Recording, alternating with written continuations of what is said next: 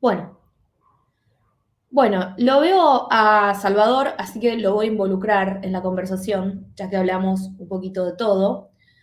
Hola Salva, ¿cómo estás? Hola Sofi, ¿cómo andás? Gracias por la invitación. Por favor, por favor. Bueno, tremendo bombazo, ¿no? Esto de la medicina prepaga. No sé si llegaste a leer algo, llegaste a ver algo que lo que acaba de pasar. Básicamente, retrotraen, tengo mucha alergia, perdón, los aumentos de la medicina prepaga. ¿Qué te parece? ¿Qué opinás? ¿Es un límite al plan de Milei de liberar precios y de tratar de corregir precios relativos?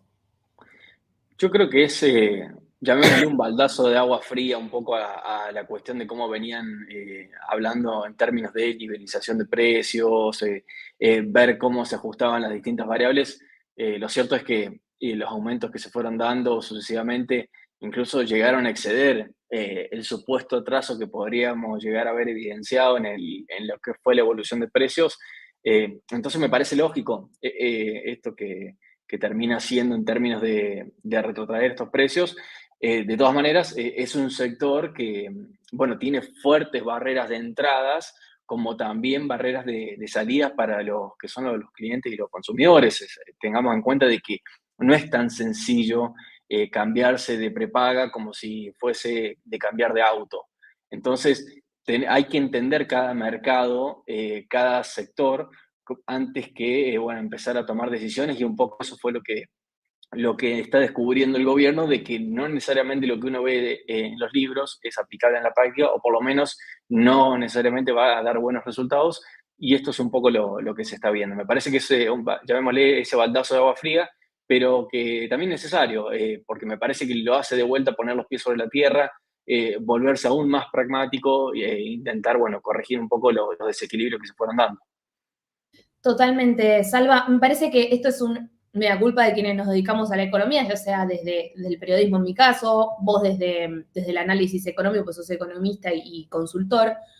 A veces la economía se encuentra con un límite en lo social y a veces en la Argentina nos perdemos eso de punto de vista, ¿no? Porque el gobierno tampoco podía ponerse, que se le pusiera en contra a toda la clase media. Digo, hoy en la Argentina, ¿qué te queda de clase media, Salva? No, no tenés casa propia, porque no hay crédito hipotecario. Querés comprar un auto y te sale el triple que en Chile o en Brasil incluso, $6.000 más el más barato que en Brasil. No tenés casa propia, no tenés auto. No, digo, ¿qué te queda? La prepaga y el colegio como consumo identitario de la clase media. Me parece que ahí está, digamos, ajustando los engranajes Milei, ¿no? Tratando de no perder ese apoyo de la clase media. Es que para mí es un factor clave para el éxito que pueda llegar a tener la conducción y este sinceramiento que estamos teniendo, la cuestión de la calle, como se lo menciona normalmente, de mantener ese apoyo.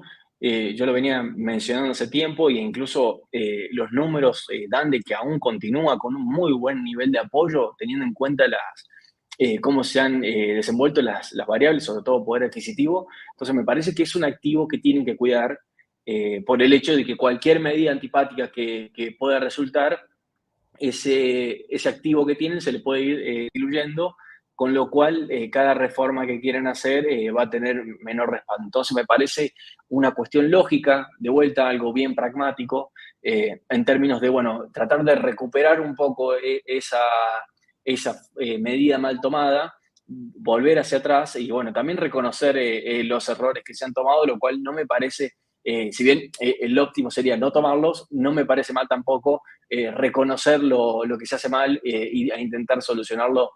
Creo que es un buen camino. De vuelta, me parece que el foco crucial es mantener lo que puede llegar a ser una oposición latente, porque hoy en definitiva la oposición la tenés bastante atomizada.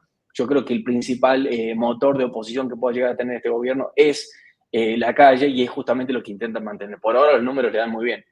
Salva, vos, que digamos, sos economista y entendés perfecto de lo que te voy a mencionar. ¿Esto para vos es un límite al plan de Milei de corregir precios? ¿Se entiende? ¿Las prepagas funcionan como el resto de los sectores? Por ejemplo, ¿puede llegar a pasar lo mismo con los alimentos? ¿Puede empezar?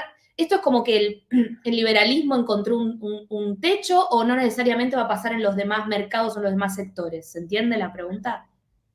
Sí, yo creo que en definitiva te da un claro ejemplo de este pragmatismo.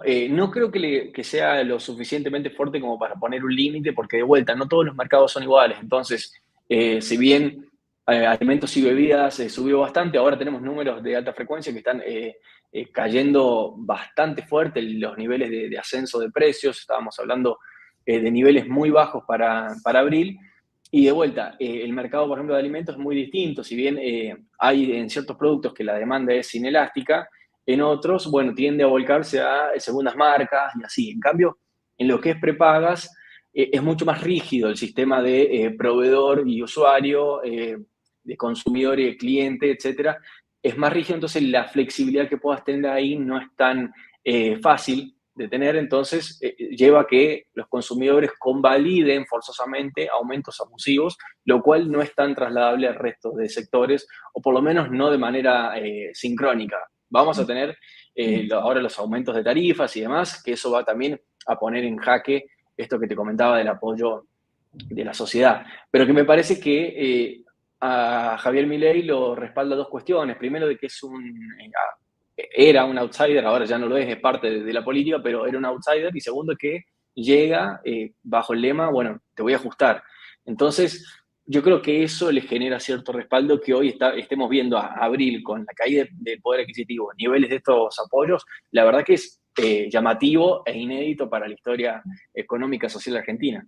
Sí, yo coincido con vos, creo que todavía preserva, por lo menos eso es lo que marcan los sondeos, ¿no? Preserva el apoyo popular o parece preservar el apoyo popular. Y ni siquiera se lo atribuyo a los números de inflación, porque en el gobierno, por ejemplo, de alguna manera, no quiero decir festejaron, pues no lo festejaron, pero sí que se agarraron del dato del 11% y esto de 3 meses seguidos a la baja. Para que entienda todo el mundo, lo que está pasando con la inflación no es que los precios van a bajar, se está desacelerando la inflación, ¿se entiende? O sea, venías de un 25, pasás a un 20, pasás a un 13, pasás a un 11. Esas son las cosas que están pasando.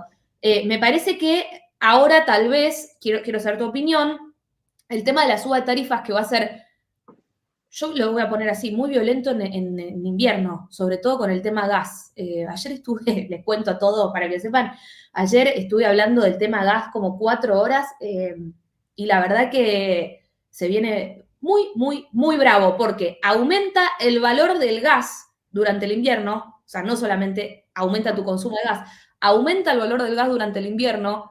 Obviamente es un precio que está en dólares, así que si hay cambios en el dólar, también habría cambios en el valor del gas y todavía nadie sabe quién va a cubrir la diferencia del gas importado, si el gobierno con subsidios o si nosotros consumidores. Así que se viene una brutal.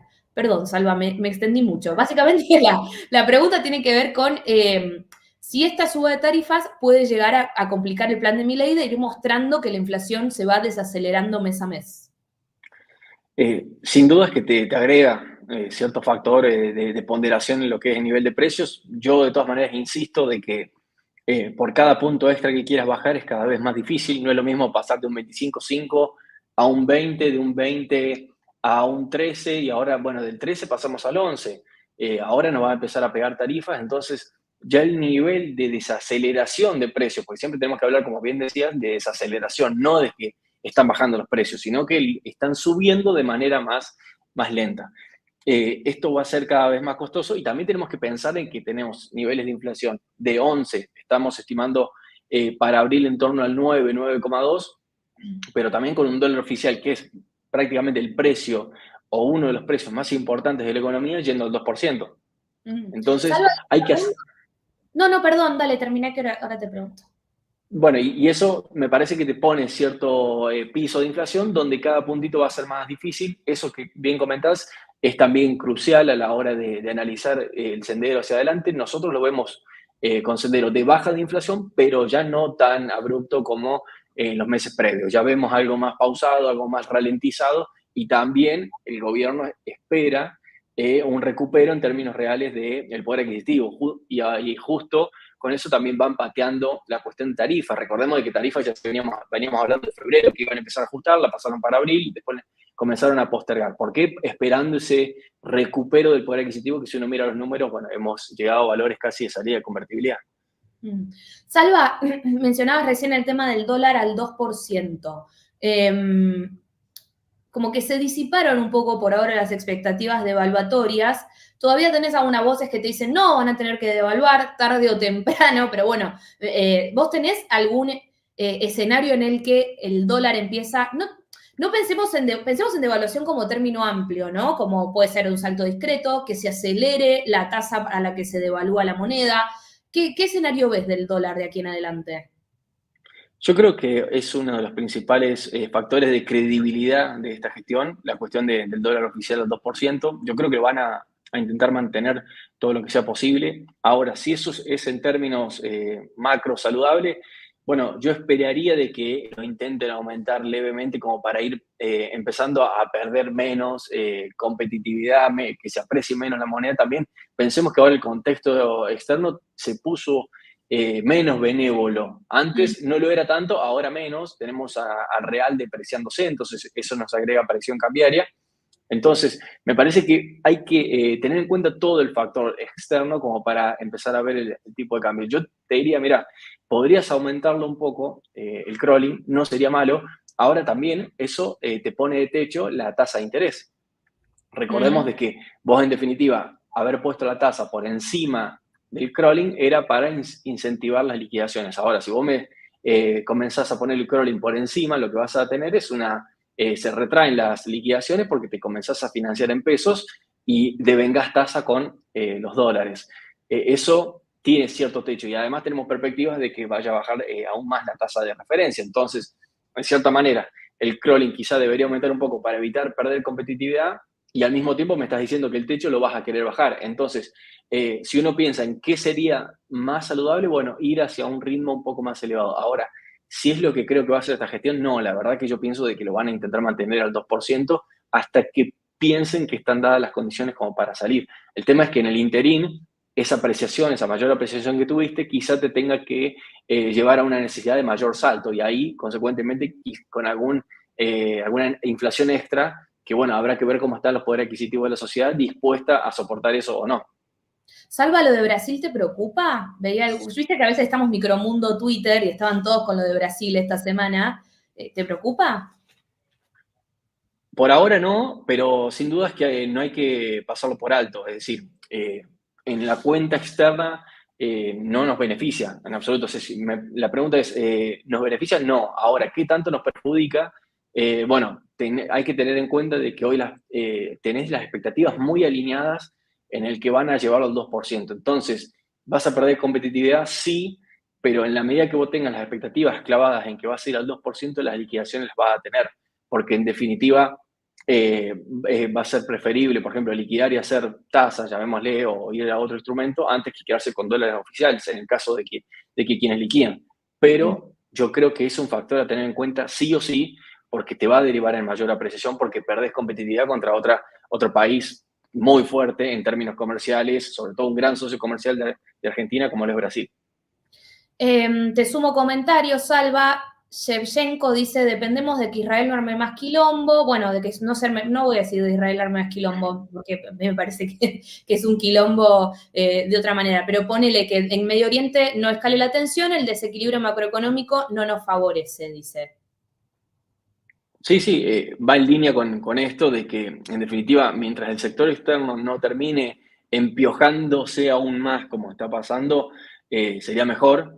Lógicamente, por ahora esto no ha escalado, por lo menos los mercados, si bien están en corrección y demás, no ha llevado a niveles de que se vuelva insostenible la cuestión cambiaria. Por ejemplo, en estos días tuvimos una suba de los financieros que viene por dos cuestiones crucialmente, por lo menos si lo entiendo. Primero, menor oferta por parte de exportadores en el contado, y además la cuestión de divisas externa te genera cierta presión, el factor global sin duda es que pesa, es difícil, como bien comentabas, dejar de pensar en un micromundo como Argentina solo, sino que también hay que verlo de una manera más ampliada, y entonces, bueno, eso nos juega en contra. Ahora, Salva, esos son todos, y sí. ahí el tema escalada de los libres, que no es nada, es un poquitito lo que empezó a subir en estos días. ¿No puede tener que haber también un ahorrista minoritario que tal vez ya entiendo que nadie tiene un mango, yo lo sé, pero que tal vez no está yendo tanto a opciones en pesos o lo desestimás a esto, pensando en la baja de tasas, en gente que tal vez decía, bueno, me convenía quedarme en pesos y ahora va a dólares? No lo desestimo. En términos macro, no se está viendo, por ejemplo, Claro. desarme fuerte de depósitos a plazo fijo.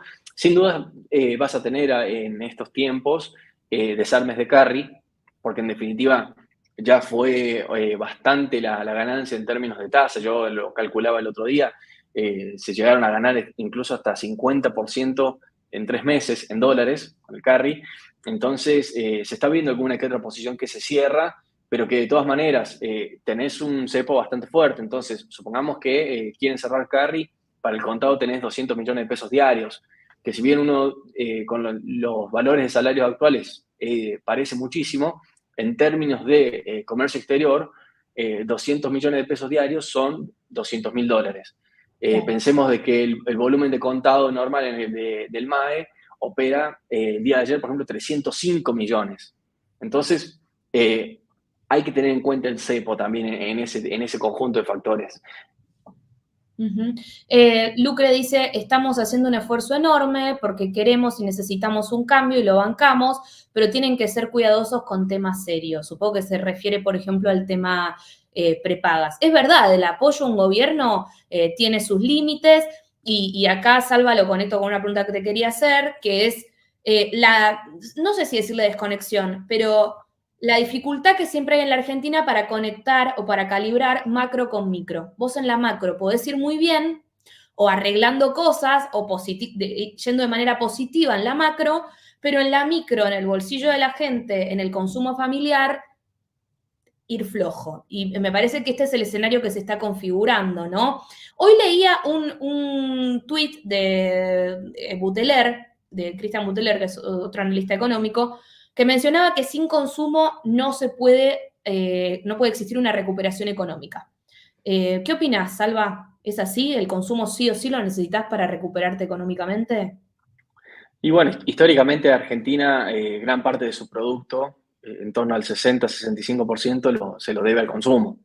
¿Está bien, está mal haber configurado un esquema económico de esa manera? Bueno, esa es otra pregunta más del orden, llamémosle filosófico, y que además tenés que llevar a cambios estructurales muy fuertes que no se van a dar en un solo momento para que el consumo sea el principal motor económico y que también viene ya configurado en bastantes economías del mundo. Eso no es algo de que solamente Argentina sea ese caso. Entonces, sí, si bien vos en otros aspectos como exportaciones que te aportan al producto vas a tener una mejoría contra 2023, en muchos rubros vas a tener caída, ¿sí?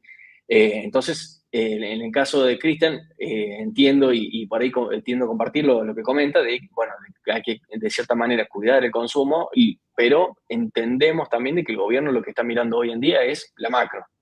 Hoy lo que Ujú. prima es el desenvolvimiento de la macro. La micro, pensando en, por ejemplo, en alguna reestructuración impositiva, desregulaciones y demás, estamos teniendo, pero falta mucho por aún andar en esos términos, sobre todo en materia impositiva, que poco se ha hecho, sobre todo se ha hecho más a través del DNU y se intenta hacer con la ley bases más bien desregulaciones, pero en materia impositiva seguimos igual o incluso hasta peor en algunos aspectos. Sí. Entonces, la macro manda, todavía la micro le cuesta, por lo menos le cuesta hacer el foco de atención, me parece que va a ser luego de que se terminen de silvanar algunos aspectos de la macro. Si tuvieras que pensar en la recuperación, ¿no? Que todos queremos, obviamente, porque ahora estamos como en un punto muy bajo de esta, no sé, de corta, L, no lo sabemos. ¿Qué letra le pones a esa recuperación o qué te imaginas? Yo me imagino una recuperación algo más lenta. Vi que muchos se habían prendido a ver cómo se podía llegar a desenvolver ese movimiento económico. Yo lo veo más como una recuperación algo más lenta, porque en definitiva, si bien la recuperación de poder adquisitivo ahora lo deberíamos ver para marzo, abril, producto también de cómo se elaboran los índices y demás, yo creo que la falta aún de perspectiva hacia dónde vamos me parece que también inmoviliza ciertos agentes económicos, donde estamos en un proceso de transición, donde vos para tomar decisiones económicas, sobre todo fundamentales para el traccionamiento de la actividad, necesitas perspectiva, necesitas trayectoria, que hoy no lo estás teniendo. 2024 va a ser más un escenario, me parece a mí, de transición, donde esta recuperación va a ser más lenta, pensando en una forma, yo lo comparto con algunos analistas, de esa pipa de Nike, más bien una caída y una recuperación algo más lenta, sostenida, pero más lenta, producto de esto que te comento. Estamos en un año donde grandes componentes del producto van a estar cayendo y además eso recuperación mediante el consumo, que representa un fuerte componente de la actividad, me parece que va a estar más rezagada producto de esto, de que aún no sabemos exactamente dónde estamos parados, o por lo menos en la sociedad en general no tiene manera de descifrar hacia dónde va la economía, y bueno, eso retrasa ciertas decisiones, retrasa consumo, tiende a ser algo más precautorio las decisiones, y bueno, conjuntamente con eso, menores índices de actividad económica. Cuando hablas de una pipa, te referís obviamente a recuperación, pero más alargada en el tiempo, ¿no? Y en cuestiones de timing, Salva, ¿podemos ver la luz al final del túnel en los próximos meses o todavía no? Yo creo que vamos a empezar a ver ya valores más contundentes de recuperación a partir de julio, es decir, vamos a estar en este semestre, principalmente este primer trimestre que pasó con peores índices. Algunos comenzarían a recuperarse un poco ahora en abril, mayo, junio, sobre todo lo que está todo vinculado a la cuestión agro y factores que dependen indirectamente del agro, para pensar ya en un segundo semestre con algo más de recuperación, algunos índices que comiencen a mostrar sobre todo mejoras sostenidas de esa manera empezar a ver una recuperación. Lo que no veo es una recuperación en B de caímos en el primer trimestre y recuperamos todo en el segundo. Me parece que no va a ser ese el caso, nos va a costar algo más de tiempo, empezando a ver ya niveles anteriores para 2025. Salva, la última, si tuvieras que decir cuál es la principal pregunta que estás recibiendo de parte de tus clientes, les cuento para los que no saben, Salva es economista, está en Romano Group, es una consultora, además es muy activo en X y hace unos gráficos bárbaros, geniales, que a mí me sirven mucho para entender la actualidad económica. Si tuvieras que decirme las principales preguntas que te están haciendo hoy tus clientes, ¿por dónde está la preocupación de empresarios o de agentes económicos relevantes? Me parece que está más en lo cambiario, no solamente en lo oficial, sino también en el financiero, donde hay bueno, muchas consultas con respecto a cuáles son las perspectivas hacia adelante de eso, porque en definitiva, si uno mira los números de tipo de cambio real, está en niveles que no es que marcan sí o sí un atraso fuerte, pero que en definitiva disparan ciertos llamados de atención y sobre todo con las proyecciones que hay de cara hacia adelante. Me parece que viene del lado de eso, no esperando quizás una devaluación, sino más bien para la toma de decisiones. Es decir, muchos clientes agro en materia de, bueno, ¿qué hago? ¿Liquido? ¿No liquido? ¿Me espero? ¿Qué hago con la mercadería? Etcétera. Se dispara bastante y, bueno, sobre todo también pensando en la brecha con el financiero, bueno, en 20-24% el cierre de ayer, que en definitiva en términos históricos hemos tenido brechas mucho más altas. La cuestión es, bueno, ver qué brecha vamos a tener de cara hacia el futuro. Por ahora esas son las consultas más fuertes y esto que me consultaba, actividad, cómo vemos hacia adelante, las cuestiones más de consumo, qué índices vemos al alza, por lo menos en el corto mediano plazo. Perdón, una más que me queda en el tintero.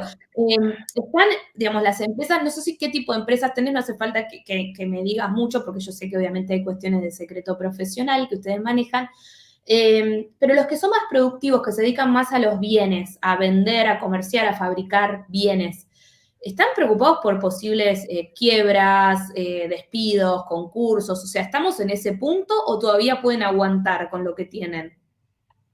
Depende del sector, hay sectores más damnificados, otros que no. Yo creo que es una preocupación generalizada. De todas maneras, todavía no hemos visto grandes sucesos. No me llamaría la atención ver algunos de cara hacia adelante, sobre todo con aumentos de paritarias como tuvimos en este último tiempo, donde la paritaria, si bien venimos de salarios muy rezagados, no todos los sectores pudieron tener el mismo dinamismo en estos meses. Entonces, una paritaria que te haga elevar el 25, 15 y 10% en meses sucesivos tu costo laboral, con ventas que caen 30, 40% interanual, es una matriz bastante difícil de llevar. Por ahora no está generalizado, no me llamaría la atención ver algo más de todo eso, quizá con el desempleo elevándose un poco, porque en definitiva todavía de esa cuestión no se ha visto demasiado y me parece que algo debería desarrollarse. Muy bien, muchas gracias, Salva. Salvador Vitelli, economista de Romano Group. Salva, ¿cómo es tu X, Salva? ¿Me lo recordás? Es Salvador Vitelli con doble L y la I última es un uno. Un poco complicado, pero bueno, seguramente me van a poder encontrar. Gracias. Gracias, Salva. Un abrazo. Un abrazo a vos, que andes muy bien.